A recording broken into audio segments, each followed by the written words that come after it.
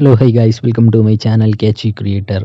வேணாம் the last dance மூவியோட OTT streaming update இப்போ லேட்டஸ்ட்டாக ஒன்று கிடச்சிருக்கு. என்னென்னு பார்த்தீங்கன்னா, இதுக்கு முன்னாடி இந்த மூவியை வந்து வர ஜான் 21 தான் ஸ்ட்ரீம் பண்ண போகிறதா இருந்தாங்க நியூஸ் வந்தது. ஆனால் இப்போ அந்த மூவியோட ஸ்ட்ரீமிங் டேட்டை கொஞ்சம் ப்ரீபான் பண்ணியிருக்காங்களாம். அதாவது வர டிசம்பர் 10th வந்து இந்த வேணாம் த லாஸ்ட் டான்ஸ் மூவியை ரெண்டல் பேசிஸில் அமேசான் ப்ரைமில் ஸ்ட்ரீம் பண்ண போகிறாங்க. இப்போதைக்கு அந்த மூவி என்ன லாங்குவேஜ்லாம் ஸ்ட்ரீம் ஆகணும் எந்தவித ஒரு அப்டேட்டுமே இல்லை.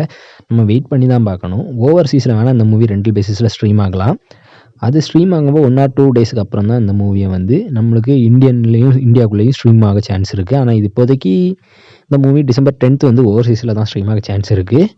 இந்த மூவி வந்து இந்தியாவுக்குள்ளே எதில் ஸ்ட்ரீம் ஆகும்னு பார்த்தீங்கன்னா, அமேசான் ப்ரைம்லேயும் ஸ்ட்ரீம் ஆகலாம். அதுவும் இல்லாமல் புக் மை ஷோ ஸ்ட்ரீம்லேயும் இந்த வேணாம் த லாஸ்ட் டான்ஸ் மூவியை ஸ்ட்ரீம் பண்ணுவாங்க.